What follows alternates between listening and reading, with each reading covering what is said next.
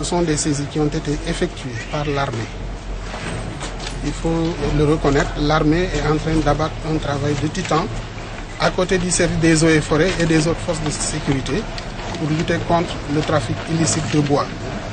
Vous le savez tous, le président de la République a donné des instructions fermes aux forces de défense et de sécurité pour une meilleure implication de toutes ces forces dans la lutte contre le trafic de bois. Donc le résultat que nous avons obtenu aujourd'hui, ça fait donc suite à d'autres résultats que nous avons obtenus auparavant. Vous l'avez dit, nous avons eu donc à faire des médiatisations de saisie et celle d'aujourd'hui vient donc couronner le tout. J'ai vraiment l'habitude de remercier l'armée parce que comme je l'ai dit, nous sommes un service qui n'a pas, disons, des effectifs qui peuvent être partout. Le service des eaux et forêts ne peut pas être partout. L'armée a la possibilité de nous suppléer dans les zones où nous ne sommes pas. Et c'est pour cela que ces importantes saisies ont été effectuées la semaine dernière par les éléments du département de Bignona, les unités du département de Bignona. Ici, nous avons 4 camions. Il y a 2 autres camions qui sont au niveau du camp et qui ont transporté plus de 400 madriers et plus de 40 plateaux qui sont là à bord. Et c'est pour vous montrer que vraiment c'est une saisie d'une importance capitale. Je n'ai pas une idée de la valeur de ces produits-là. Je ne veux pas me risquer à faire des estimations, mais je sais que c'est des quantités importantes. C'est vous montrer un peu le préjudice qu'on a fait subir à la zone où ces arbres-là ont été coupés. C'est dans le département de Bignona.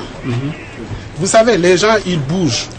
Vous pouvez les prendre dans une zone, alors que ce n'est pas là où ils ont coupé. Mais il y a une saisie qui a été effectuée dans une forêt classée. En l'occurrence, la forêt classée de Boutolat. Et vous savez, la réglementation en matière de gestion des forêts classées, on n'autorise pas aux gens de couper, même pour les autorisations que nous délivrons, il est strictement interdit d'aller couper dans une forêt classée si cette forêt ne fait pas l'objet d'aménagement. Or, la forêt classée de Boutolat, où ces saisies ont été effectuées, c'est une forêt qui vient d'être aménagée et dont le plan d'aménagement n'est pas encore exécuté. Donc, il n'y a pas encore d'exploitation.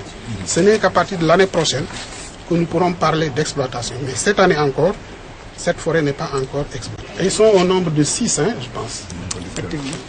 Vous savez, on les a déférés et c'est sur les lieux de la prison qu'on les a sortis pour venir conduire les camions. Donc, ils sont tous en prison. C'est un manque de civisme. Parce que ce sont des nationaux qui viennent piller les ressources nationales. Ça, vraiment, il faut le regretter. Nous avons toujours combattu les étrangers qui viennent piller nos ressources, mais ça, ce sont nos nationaux qui le font. Et c'est pourquoi, vraiment, nous avons voulu marquer le coup pour montrer que nous ne sommes plus seuls dans ce combat, mais nous sommes avec les autres forces de défense et de sécurité et que les gens se tiennent prêts parce que désormais, nous ne leur permettrons pas de couper quoi que ce soit dans la région.